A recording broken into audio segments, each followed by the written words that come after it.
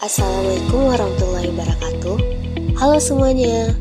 Di video ini kita akan bahas tentang produksi sumber migas, mulai dari sumber alam, artificial lift, produktivitas migas, sampai faktor-faktor yang mempengaruhi produksi sumber migas. Jangan lupa menyaksikan kawan-kawan, simak sampai akhir ya.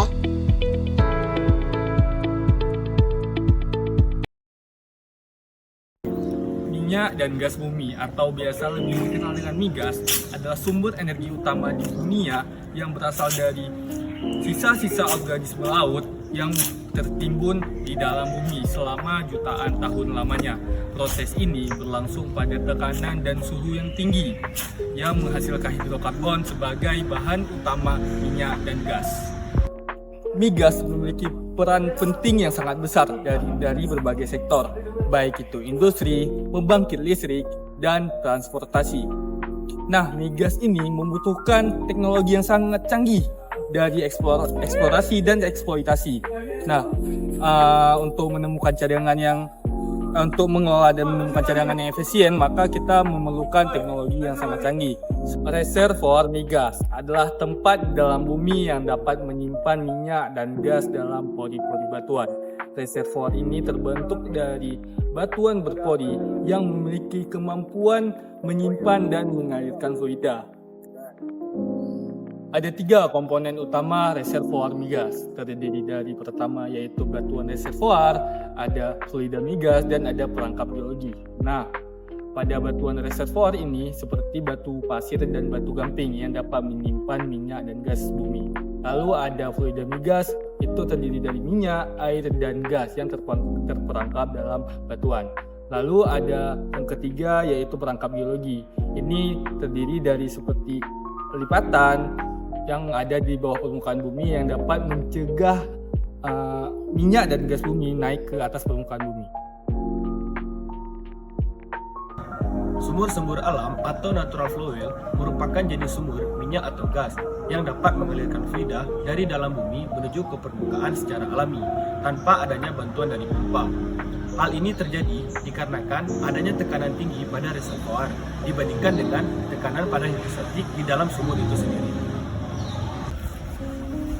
Aliran fluida terjadi secara spontan, biasanya pada awal masa produksi saat tekanan reservoir masih tinggi. Fluida seperti minyak, gas, atau air panas didorong melalui pipa-pipa produksi keluar permukaan bumi.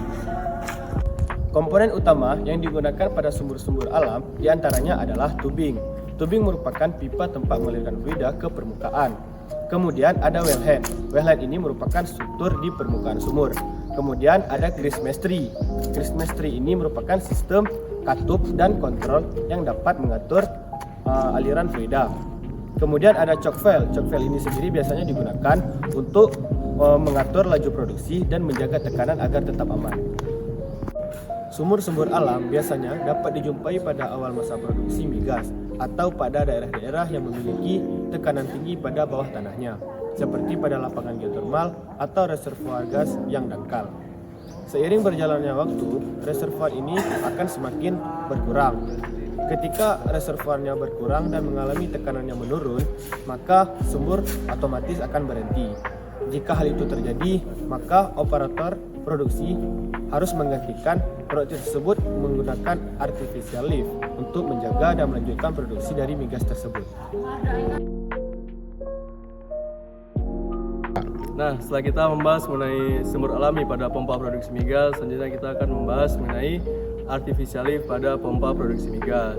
Artificial lift pada pompa produksi migas ialah sebuah metode ataupun sistem yang digunakan untuk mengangkat fluida yang berupa minyak, gas, ataupun air dari dasar permukaan sumur menuju ke atas permukaan bumi.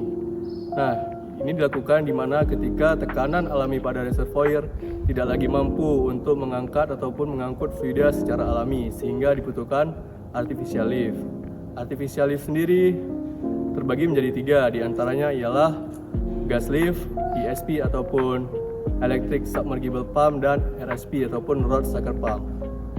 Nah, yang pertama dari artificial lift ialah gas lift. Gas lift merupakan proses pengangkatan fluida yang menggunakan gas tekanan relatif tinggi, yaitu di mana minimumnya tuh 250 PSI, yang di mana gas diinjeksikan ke dalam sumur sebagai media pengangkut mengangkut fluida ke atas permukaan melalui proses mekanis.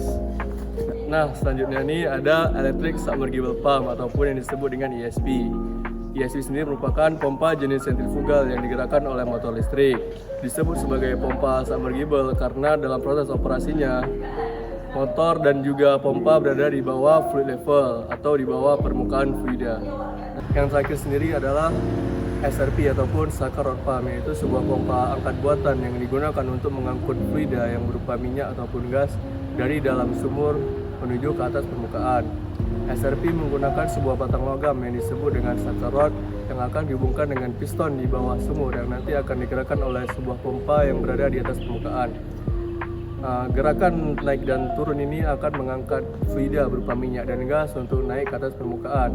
Gerakan naik turun ini mirip dengan gerakan angguk. Baik, selanjutnya saya akan menjelaskan tentang produktivitas sumur migas.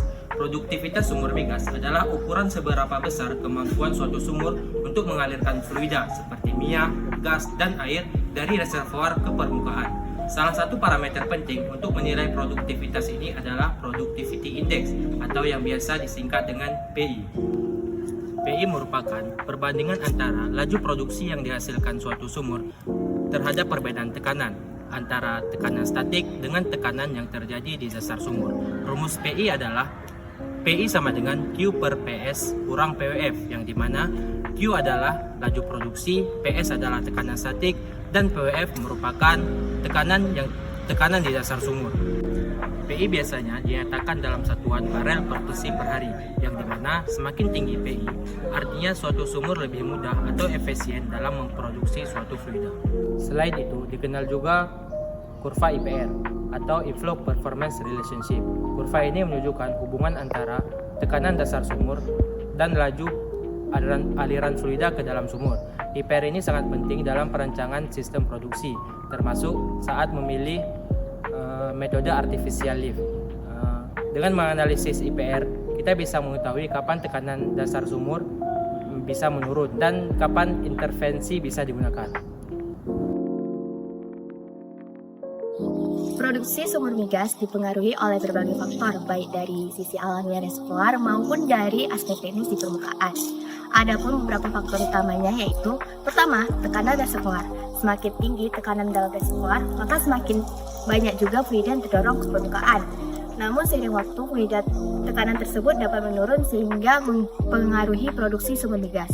Kedua, karakteristik batuan reservoir seperti porositas dan permeabilitas.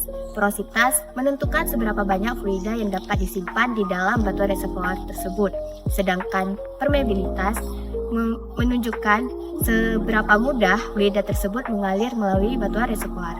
Ketiga, sifat fluida. Minyak yang encer dan gas lebih mudah mengalir dibandingkan minyak yang kental. Semakin kental suatu fluida, maka semakin sulit juga fluida tersebut mengalir melalui batuan reservoir. Hal ini tentunya membuat dan mempengaruhi produksi menjadi lebih lambat. Keempat, desain dan kondisi sumur. Diameter tubing, kondisi peralatan, dan juga kedalaman sumur sangat mempengaruhi laju aliran sumur dan juga kapasitas produksi sumur migas. Kelima, metode produksi yang digunakan. Apabila tekanan reservoir sudah tidak mencukupi, maka penggunaan artificial lift seperti gas lift, RSP, dan SP sangat menentukan keberhasilan sumur migas. Selain faktor-faktor utama tersebut, ada juga faktor kerusakan formasi.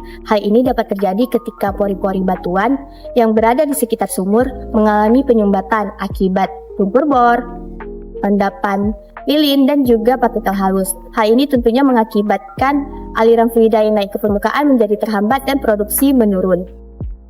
Semua faktor tersebut harus diperhatikan agar produksi sumur migas dapat berjalan lancar dan dapat dimanfaatkan dalam jangka panjang. Jadi dapat disimpulkan bahwa dari pemahaman tentang sumber alam, artificial lift, dan produktivitas migas serta faktor-faktor yang mempengaruhi produksi migas, bahwa produksi migas merupakan proses produksi yang sangat kompleks dan membutuhkan perencanaan yang sangat matang.